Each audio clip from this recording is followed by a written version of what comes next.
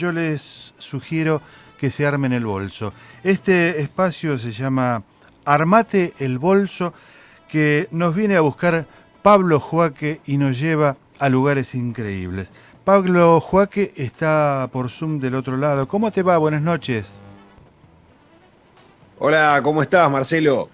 Un Bien. gusto conocerte en bueno, en este arranque ahí viste, a mí como que a veces, viste, cuando uno dice no, y la columna y nada, obviamente que Sergio nos ha dado un montón en este espacio, pero ahora van a hacer también una conducción con tu lado, así que creo que vamos a construir una muy buena columna para cada 15 días encontrarnos y viajar.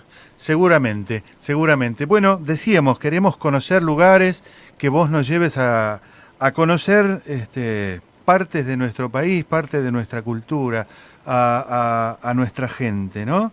Y por eso nosotros ya tenemos el bolso preparado. ¿A dónde vamos a viajar hoy, Pablo? Hoy vamos a hacer un pequeño recorrido, un pequeño gran recorrido por Tierra del Fuego, por algunos lugares que yo estuve escuchando atentamente la nota anterior, muy interesante, algunos puntos coincidía, otros no, pero está bueno también ver fue interesante escuchar a alguien de la ciencia, ¿no? Que explica fenómenos desde lo científico, yo los explico desde el punto de vista del viajero, o sea, Ujú. yo nada más voy, viajo y también observo y veo lo que... Así que estuvo bueno como también que alguien explicase un montón de procesos desde la parte, ¿no?, científica. Uno a veces va y viaja y uno habla de, no sé, programas como el previaje, cuestiones que uno las vive desde el punto de vista usuario y puede dar algunas recomendaciones o tips o consejos, pero siempre lo que decimos es que las experiencias son personales. Yo puedo proponer acá un itinerario y quizás viene otra persona y me dice, ah, yo hice otra cosa y estuvo buenísimo. O acá también estamos en vivo también en mi Instagram, que es Armate el Bolso. Bueno, justamente una seguidora que nos escribe y que ha viajado con nuestros consejos y que le sirvió un montón. Siempre las experiencias son personales y bueno, vamos a compartir un viaje que fue muy especial, que armé eh, junto a mi tío este último diciembre y fue pensado desde otro lugar, ¿no? No fue la Tierra del Fuego de vamos a Ushuaia a ver Ushuaia y, o sea, como que Tierra del Fuego es Ushuaia y no hay nada más. Claro. Ujú.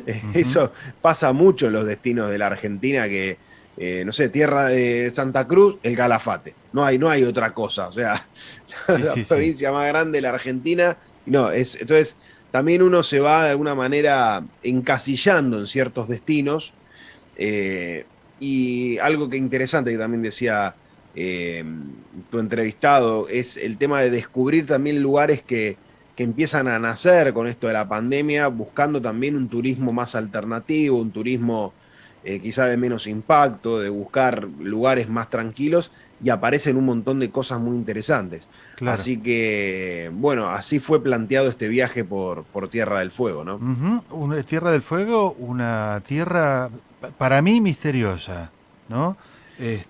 Yo lo que he visto es muy poco por fotografía y estoy esperando este momento para que vos me la muestres en su totalidad y en su grandeza. Yo tuve la posibilidad de ir varias veces y para mí Tierra del Fuego va a seguir siendo una tierra misteriosa tal como vos lo Mm. decís. Es una tierra que tiene mucho por ofrecer, pero casi todo lo que te ofrece no está tan al alcance de la mano del turista. O sea, si te gusta el trekking, tenés para hacer trekking. Si te gustan la historia de los naufragios, lugares, tenés. Pero muchas veces no es accesible, ¿no? Ya sea por los caminos, ya sea porque muchos predios o muchos lugares están dentro de propiedades privadas de las cuales hay que pedir permiso, muchas veces no te dejan entrar. Entonces también se pierde mucho patrimonio y se pierde mucho lugar para visitar por estas dificultades. Quizás hay gente que no está en condiciones de caminar 3 horas por un sendero para llegar a una laguna. Ujú. A veces, bueno, obviamente que ni yo estoy en esas condiciones. O, bueno, como ya te decía, un montón de lugares que son súper interesantes, pero son difíciles de acceder. Eso es lo que tiene Tierra del Fuego, pero eso no implica que uno no pueda armarse un itinerario lindo para poder recorrer este lugar. Nosotros iniciamos este viaje en un lugar atípico para muchas personas, que es Río Grande. Más que nada porque nos conectaba una historia familiar, mi tío fue ahí a reencontrarse con una parte de su historia, él buceando, prestando un servicio para YPF en la bahía de San Sebastián, tuvieron un accidente muy grande y resulta que esa lancha donde él tuvo el accidente tuvo 3 fallecidos y esa lancha se recuperó y está en una plaza en Río Grande y cientos de niños han jugado en ese barco y muy pocos conocían la historia. Y volvimos con mi tío a contar esa historia a Río Grande, que él contase su testimonio, que hubo un montón de gente de ahí del pueblo que no conocía realmente la historia verdadera de esa lancha. Así que como ese fue ese impulso, después el caso de la lancha es como quizás para otro relato, porque tiene toda una connotación en sí, pero bueno, con él aprovechamos a recorrer también algunos lugares en las cercanías de Río Grande que están muy buenos, pero que por lo general la gente no los conoce. Así que lo que yo recomiendo para Tierra del Fuego es que un auto, hacerlo en auto, es una buena idea alquilar porque te va a permitir moverte por varios lugares que las excursiones regulares por lo general no te llevan. Y si te llevan las excursiones regulares también te cobran muy caro, ¿no? Claro. Así que lo que yo aconsejo siempre es, si se puede alquilar un auto, te va a dar una libertad de tiempos y cuestiones que va a estar bueno. Y en proporción y en relación con otros destinos turísticos de la Argentina, el alquiler de vehículo en Tierra del Fuego no es tan caro.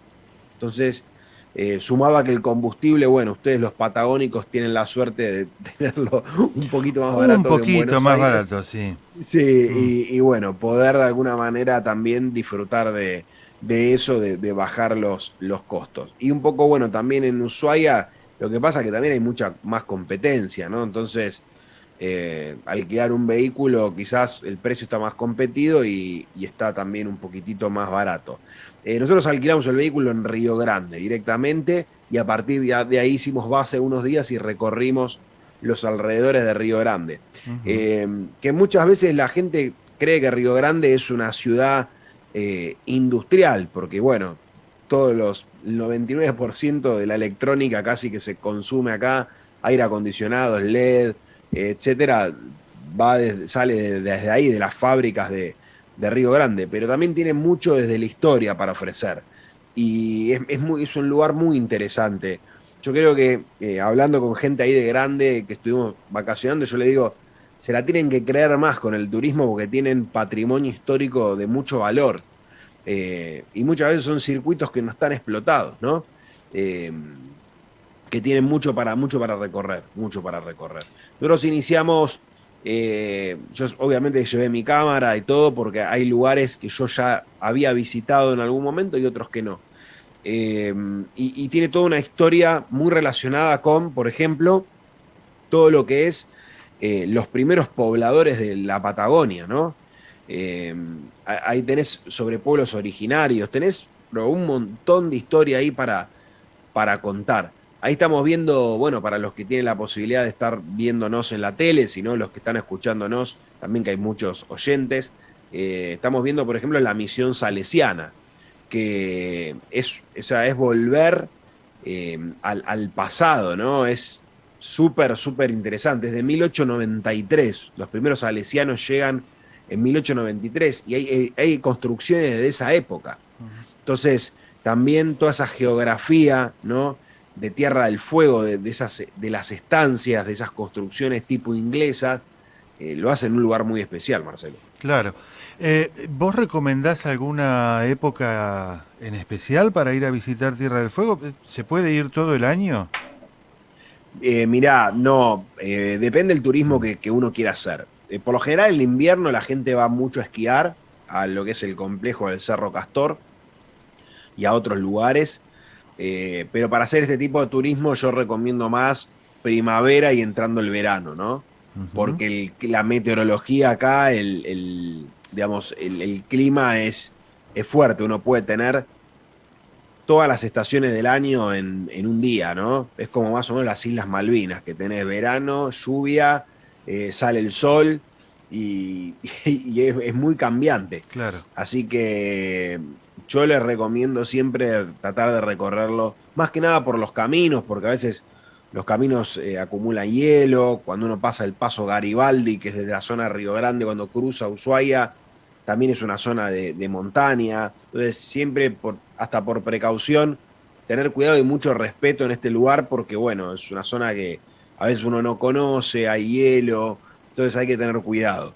Por eso yo recomiendo para recorrer Tierra del Fuego hacerlo en, por ejemplo, ahora, en estos meses, ¿no? Hasta abril, ponele, para hacer este tipo de turismo que yo estoy contando, está muy bien la meteorología. Ujú. ¿Y cómo está en materia de hotelería, cabañas? ¿Qué tipo de alojamiento uno puede encontrar allí en Tierra del Fuego? Hay de todo para todos los bolsillos, tenés tipo, porque acá también tenés que pensar que hay mucha gente que también está por motivos laborales más que por turismo.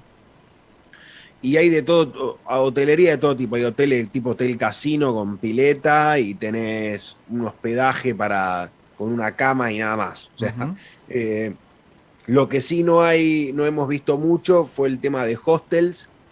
Vimos uno en la entrada de la ruta 3, en la entrada de Río Grande, pero más que nada porque hay mucha gente que Río Grande lo usa de paso porque están viajando por carretera y van hacia el cruce, ¿no? A Claro. cruzarla con la barcaza. Entonces muchos pasan por ahí. Eh, pero no es muy común que el turista elija Río Grande como un destino turístico. O Ujú. sea, la gente no suele ir ahí. Y hay mucha historia. Ahí estamos viendo, por ejemplo, en pantalla una foto que sacamos, que fuimos con mi tío, a lo que fue el frigorífico CAP, que Ajá. fue un frigorífico, digamos, de los más grandes que hubo en el país, que arrancó en la década del 20 eh, aproximadamente. Después en la década del 40 lo compró esta corporación de productores de carne, CAP, que Sí. fue un frigorífico gigante y muy importante ahí.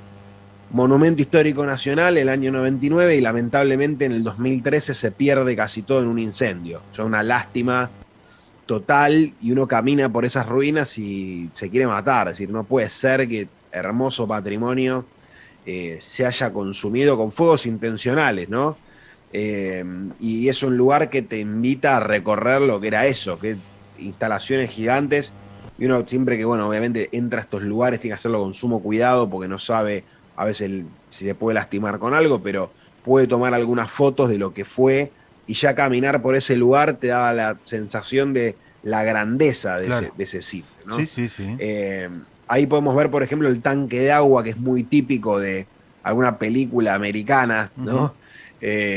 Y es uno de los símbolos de la ciudad, este tanque. Entonces, también un poco eh, conocer la identidad de esas ciudades que crecieron con estas industrias, ¿no? Entonces, también es un poquito entender el por qué la ciudad está ahí, cómo es la dinámica, cuáles son sus procesos históricos. O sea, para otro quizá pase y sea es una fábrica quemada y sigo, ¿no? Pero ahí guarda una porción muy Una grande de la historia. historia. Exacto. Lo mismo que guardan historia los barcos que han naufragado, ¿no? Ahí en las costas. Exacto, exacto. Sí, es un lugar muy importante. Pensá que acá muy cerquita, estamos hablando a 25 minutos, nada de auto, tenemos la famosa estancia María Betty, Ujú. que está nada más ni nada menos que el galpón de esquila más grande del mundo. Eh, y, o sea, y ahí está toda la historia la famosa historia de José Menéndez, ¿no? Que lo pueden, yo les recomiendo si pueden conseguir un libro que es José Menéndez, el rey de la Patagonia, que lo escribió un escritor vasco. Ese material es muy interesante para entender y Ujú. dimensionar lo que fueron todos los procesos que sucedieron acá en esta tierra. Claro. Que muchas veces también el turista no le cuentan cómo la Patagonia se fue poblando, cómo fueron estos establecimientos ganaderos, cómo fueron las relaciones con los nativos, con los Selknam que estaban ahí. Eh, es súper interesante cómo se fue dando este proceso, ¿no? Eh, de población en esta zona. Muchas veces, obviamente, que eh, la historia es triste, ¿no? Porque, bueno, uno sabe y todos conocemos, bueno, qué fue lo que sucedió aquí. Y lamentablemente también hasta hay evidencias fotográficas de escuadrones de cacería de pueblos originarios, ¿no? Ajá, Directamente que iban era como un trofeo de caza. Entonces, también acá se dio todo el proceso de los buscadores de oro, así que hay una historia también muy interesante con los buscadores de oro. Yo no he visitado ningún establecimiento, pero sí hay, por ejemplo, la península Mitre, que eso ya requiere una caminata, un trekking un poco más exigente.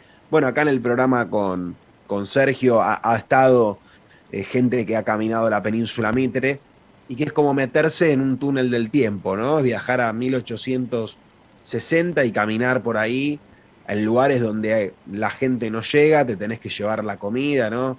Son trekkings difíciles de hacer, pero bueno, es parte de la historia, como vos decías al principio, claro. de esa misteriosa Tierra del Fuego que está ahí. Así que nada, mucho por descubrir. A mí, yo disfruto de esas pequeñas cosas, quizás hay gente que no le interesa, pero uno va, por ejemplo, a la estancia María Betty y se pone a ver y ese paisaje es una cosa espectacular, o sea, parece de cuadro, ¿no? Parece que uno estuviese en otro lado Sí, sí. y estás a 10 minutos de una ciudad. Y con todo lo que eso representó para el lugar. Eso también es lo que a mí me gusta rescatar de estos lugares, ¿no? Que no, vos decís, ah, bueno, es un faro ahí. No, bueno, pero el faro fue mucho. O sea, entender estos procesos hacen que valoremos más el lugar que visitamos. Ujú. Y también es muy rico en cuanto al turismo gastronómico, ¿no? Porque podés comer los pescados del mar y también los corderos, este, bien patagónicos, ¿no? El turismo gastronómico es Sí, interesante o es importante ahí. sí, es importante. Lo que pasa por lo general en la Patagonia, la semana pasada estuvimos en Puerto Deseado. Y lo que pasa es que a veces vos decís, Puerto Deseado es un puerto súper interesante con nada, pesca de camarón, etcétera, y en ningún lado te ofrecían la pesca que sacan ahí a 1 kilómetro, ¿no?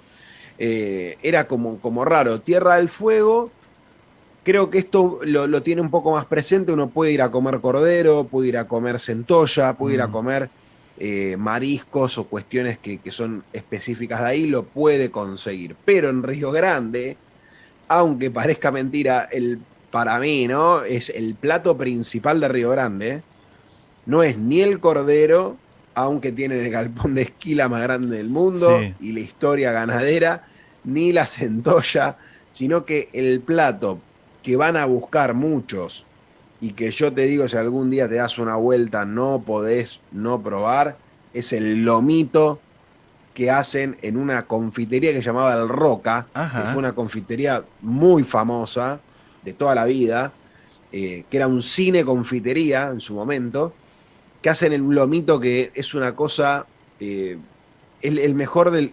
Tengo que jugármela y decirte que es el mejor de la Argentina. O sea, Ajá. Bueno.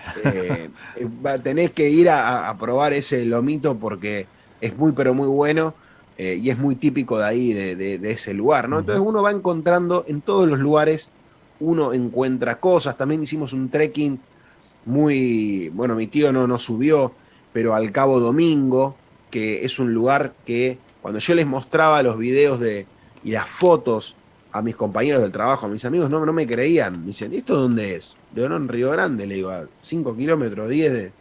No, no, pero esto no y era una cosa que no lo pueden creer. Y es un trekking que vas al Cabo Domingo, que hay un pequeño faro arriba de ese cabo, y tenés una vista espectacular del mar. Es algo de otro planeta. Sí, sí. Y está ahí muy cerquita y es gratis y es disfrutar de esas pequeñas cosas. No hace falta hacer una excursión y gastar 28.000 pesos para disfrutar de un lugar. Claro. Así que un gran lugar ahí para ver. Y para los que les gusta y quieren conectarse con alguna historia más relacionada con los naufragios, hay un paseo muy lindo que es el visitar el barco, el Desdémona, que está en el Cabo San Pablo, que hemos visto unas fotos ahí de un barco que está Sí, en la sí, sí. playa, un barco muy famoso, que bueno, hay muchas historias construidas como todo esto alrededor del barco. Se dice que el barco, o sea, hablando con marineros que estaban ahí en la zona y un poco interactuando, que el Desdémona de alguna manera no fue que estaba buscando un refugio para una tormenta, porque dice que la maniobra en la cual encalló era una maniobra muy realizada, muy pensada. Bueno, son teorías que cada uno va manejando. El tema es que el barco está ahí y uno puede llegar caminando hasta el barco, ¿no? Y tocar el casco. O sea, estás con marea baja, vas, llegás, podés sacar algunas fotos. Y tienes un trekking muy lindo a este faro que estamos viendo ahora, que es el faro San Pablo, que se sube al cabo y que es bellísimo, o sea, muy pero muy lindo. Estamos hablando de que llegás con un auto y nada, o sea, para pasar el día, un lugar maravilloso. Y cuando le pregunto a la gente que va a Ushuaia, le digo, ¿fuiste al Cabo San Pablo? Y no saben ni que existe, ¿no? Entonces, eso es lo que tiene a veces el turismo, que se concentra en 10 cosas que son turísticas porque las empresas o los operadores tienen un interés en venderlo, pero te perdés toda otra parte que está ahí para que se pueda conocer, ¿no? Claro. Pablo, debo confesarte que acercaste muchísimo el sueño de conocer algún día nuestra indómita Tierra del Fuego. Así que gracias por haberme acercado. Seguramente mucha gente también acercaste un poco a ese sueño de ir hasta la Tierra del Fuego. Bueno, esa es la idea, ¿no? Contagiar un Mm, poco, descubrir lugares nuevos. Siempre digo que es como a veces como los viejos navegantes, ¿no? Que volvían a Europa y contaban un poco lo que habían visto. claro. Y creo que eso es lo que mantiene a veces vivo, ¿no? El tema del viajar, el post-viaje, y poder contar, poder recomendar, decir, bueno, y eso también un poco trata el canal mío de YouTube, trata el Instagram y trata el contenido que hago.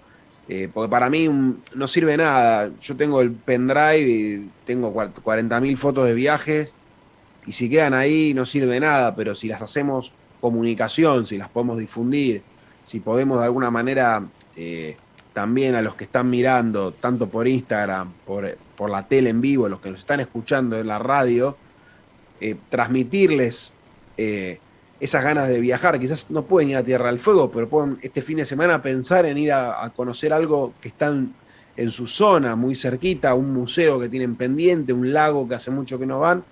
Eso es lo que a mí me gusta de este espacio, ¿no? De Ujú. poder despertar ese espíritu viajero. Seguramente. Pablo, te mando un abrazo muy grande. Nos volvemos a encontrar en el próximo Armate el Bolso.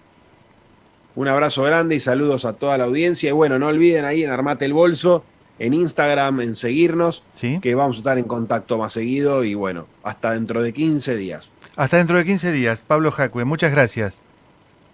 Chao Marcelo, gracias.